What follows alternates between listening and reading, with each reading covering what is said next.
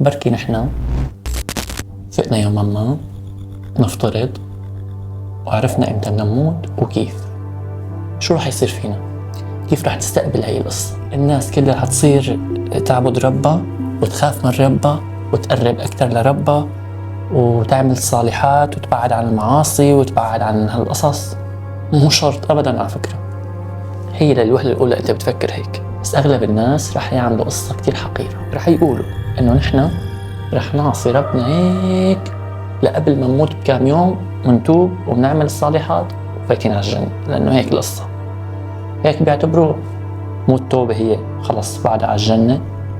يلا نحن هنفوت دغري هيك نعصي هلا ونعمل حروب وبنسرق وبنقتل وبننهب، بعكس تماما ما كنت متوقع انه اذا عرفنا ايمتى رح نموت شو رح يصير بالعالم، انه هيصير صلاح وايمان تقى وعفاف وغنى. مو شرط ابدا، ممكن العكس تماما. اكيد التوتر والقلق والاكتئاب رح يزيد كتير. انت عم تعرف امر مخفي عنك وفجأة فقت ولقيت انه انت عرفت انت رح تموت وكيف. تخيل قديش صعبة وانت ما فيك تعمل شيء، هذا قدرك. حتى لو قلت لي انا رح اروح اتعالج من هذا المرض اللي رح موت فيه انا، انت قدرك مكتوب هون. يعني انت بس عرفت انت بدك تموت، انت ما فيك تصلح او تأجل. وبالتالي الامل رح ينطفى، التفاؤل رح يغيب عن الناس، قلق، خوف، توتر دائم. انتظار الموت هو انتظار الموت لحاله موت. يعني تخيلوا واحد عم يستنى هيك انه ايمتى بده يموت، خاصة اذا كان الموعد قريب.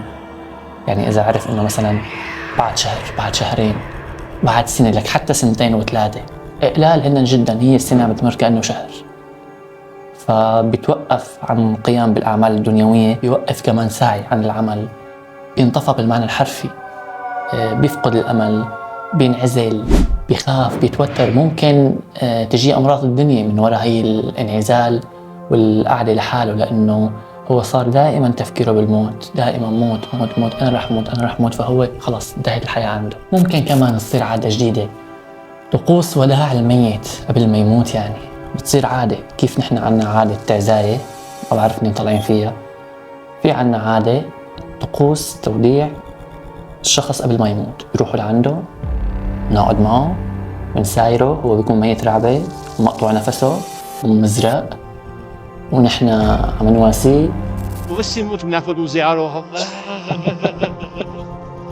هيك نحن يعني بدل ما الواحد هو يندم أهل الميت، لأن بدهم أهل الميت يعملوا أكل العالم ويطعمون وكذا مسمى الهاري إليه المزاري. هلا في شيء كتير صعب، إنه الواحد لما يموت أبوه أو أمه أو حتى ابنه أو بنته خلص مات، فأنت سلمت أمرك لرب العباد وانتهت القصة.